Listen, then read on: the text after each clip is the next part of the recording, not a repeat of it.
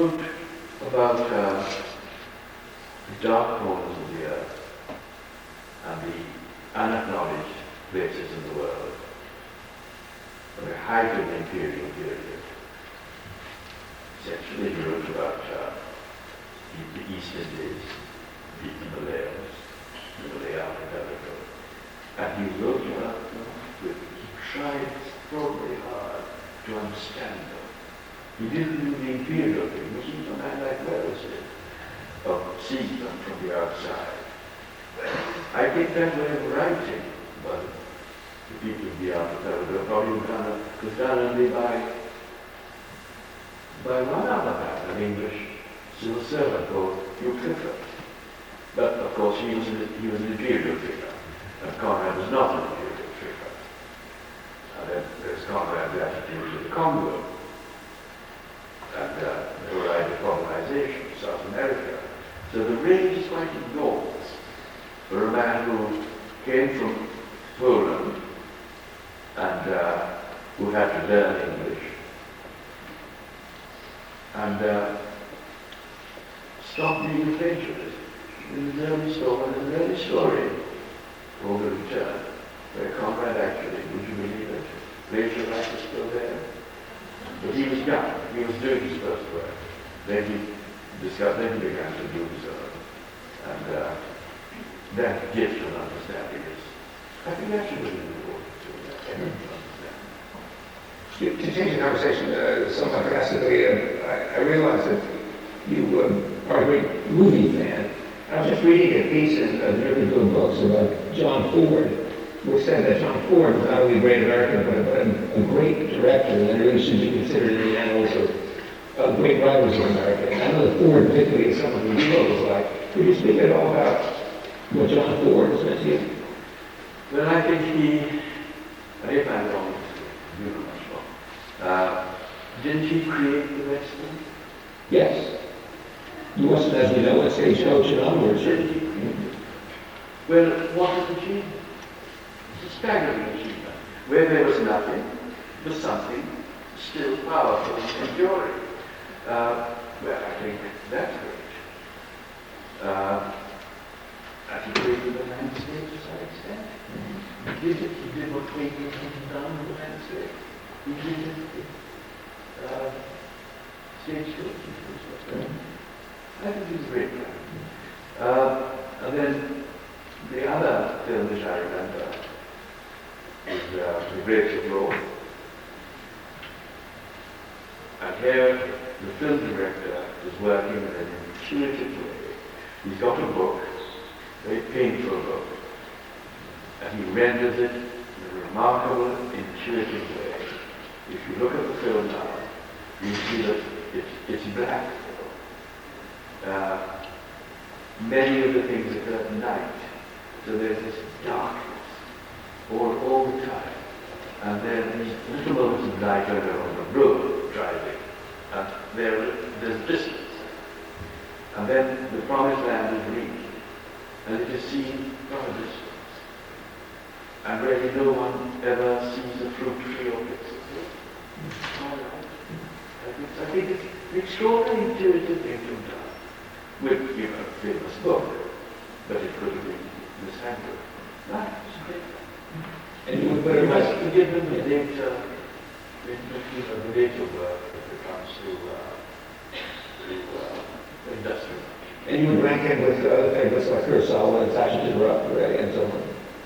This is Yes, I think. Billy was from Hollywood. Yes. I think he's a great man. He's a great man. One further change in conversation before we open it up to questions. You've been traveling around America with the book.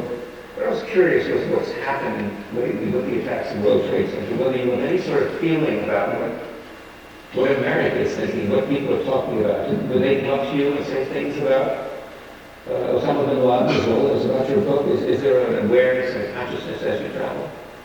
No, if you're traveling the way I've been traveling, you see nothing but hotel rooms and radio stations.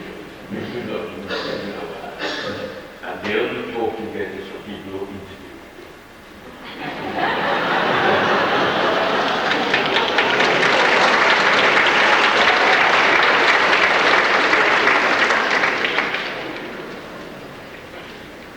So I don't know, but I feel it's a calamity. Calamity, is it? I think it's a calamity. And I feel that we probably have begun to understand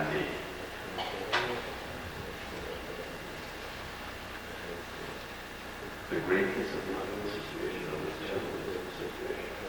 If it were only terrorist attack that we're dealing with, it was something that could be dealt with. But if it's something more, if it's a kind of rage in the world among people of certain faith, if it's a faith of the Roman countries, if it's a rage that then can express itself in this nihilistic action, then it's very serious matter. And probably should be discussed in a more serious matter, rather in a more serious way, rather than simply a way of getting the people responsible, because certain people responsible are the range is very widespread.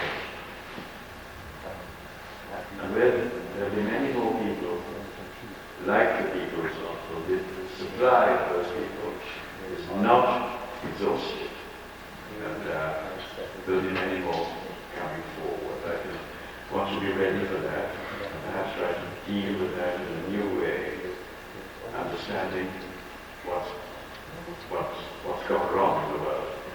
This has been grown, it's money actually, it's also it's oil money, and spreading this new idea that if you become fundamentalist, you solve your problems, you achieve a parity with the great countries of the world.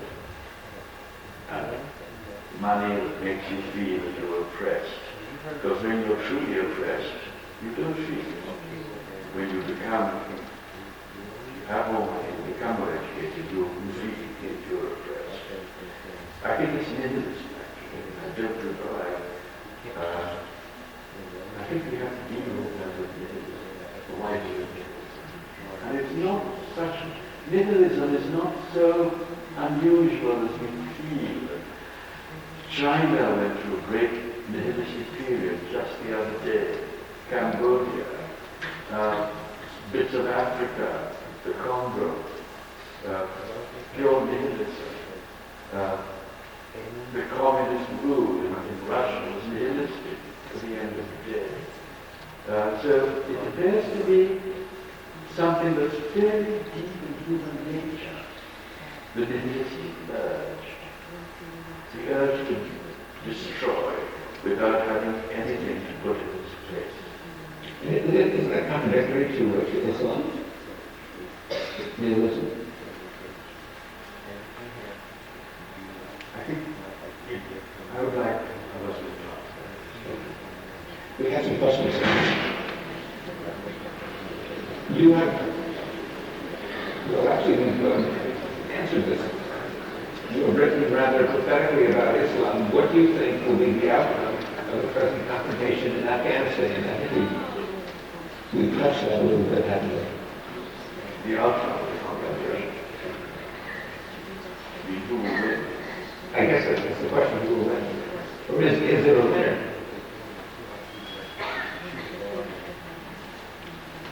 So I just talking about the larger, of course, Afghanistan, if we isolate the leaders of the problem, of course, Afghanistan will be one, the problem there will be dealt with, but it doesn't deal with the larger anger, the larger nature. It is puzzling that you identify yourself only as an Englishman rather than as a Trinidadian. Would you care to address this contradiction of identity? Is it a contradiction? I don't understand the question at all.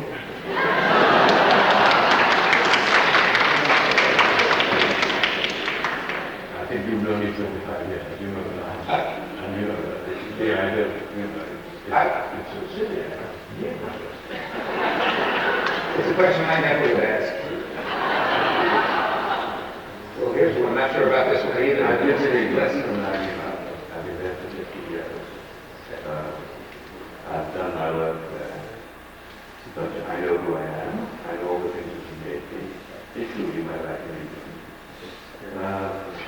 idea that, it's not petty, foolishness. I hate to read the next one. Does it hurt to write?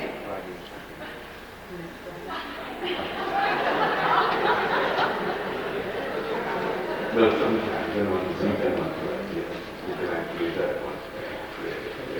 Yeah. Once and sometimes dark moments, but these are passing things. Writing for the most part, if you're doing it well, is rich of reasons. The idea of the solitude of the writer, etc., etc. It's very romantic, overcome. Writing when it's going well is a joy. Among the Believers was a prophetic book. Would you update it for us? Well, the questioner really doesn't know that there has been an update. There's a second book, called Beyond Belief, which was published in 1998. So there has been an update. The first book was an inquiry in which the nature of the Islamic religion. I wish to ask people to tell me about it. That's how I began. Please tell me. And I made that journey because of the Iranian Revolution of 1979. And because I have sort of people who are using the religion as it were, equating it with Marxism in some ways. So I found that interesting. And I began to look at that. And I always try in these journeys to let people define things for me. I don't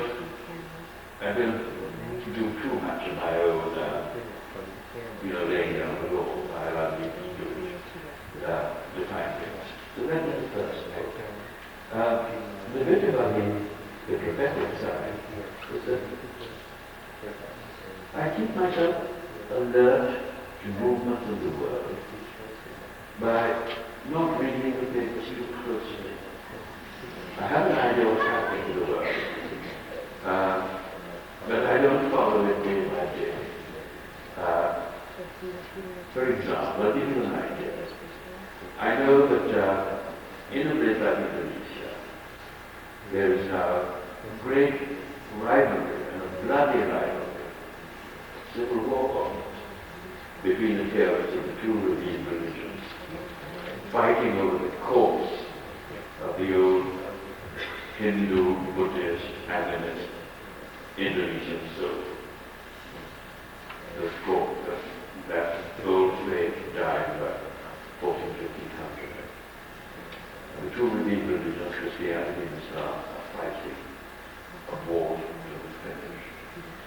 I'm not going to now spend time reading history papers and just getting the names of the various groups here and there, and the various leaders in this part of the island and that part of the island. No, I have an idea, and I think about it as a larger idea, not in a small way, in a small and detailed way. I don't follow the details.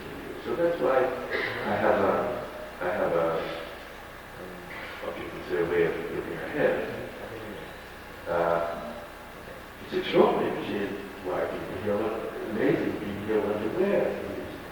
In 1978, there was published in the United States a book by the Iranian very, you might say, prophetic, not more prophetic than my book. It was a book about a girl who was in England, very successful, a chemist or something equivalent, working in Boston doing the work. And she's assailed in success, and in this rather prosperous community where she is, she's assailed by a feeling of unhappiness, of feeling that something is missing. And gradually this begins to work out as a wish to hide, a wish to go back to the certainties of the religion she came from, and a wish in a way to get into the day, It's with, and that book is called Foreigner. And it's probably still a lot of people who work with it. Because many of your immigrants, their children, your Muslims, their children, many of them will be driven by this fundamentalist urge. Many of them start learning, will begin to feel this I begin to learn this idea of not belonging. We can have a fantasy of another land outside where life will be purer. It's an extraordinary Is there another journey that you thought about, another country that you haven't written about yet, that you're thinking about doing? A journey yet to be made? You know, all my journeys have been related to, as it were, elucidating the darknesses I was aware of when I was growing up.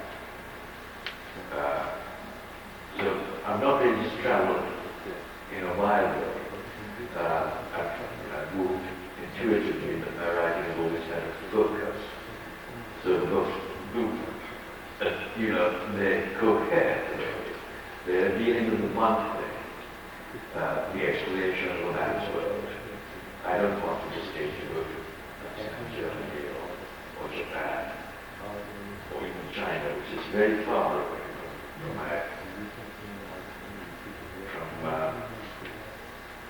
my consciousness. Well, wherever you choose to go, we'll look forward to it. I think we're at the end now. Yes, Naipaul will be signing books outside later. But thank you so much for coming. Thank you.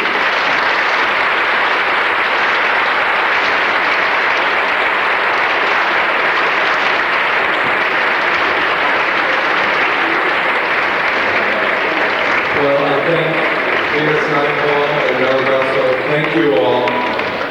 We will have an autograph thing in just a moment. What I would like to let you know is that there are books for sale out to my right. If you'd like to have a book signed, I'd like you to line up to my left, behind where the marker has her hand up. And give us about 5 minutes for us to set the autograph thing up and we'll get on. Thank you.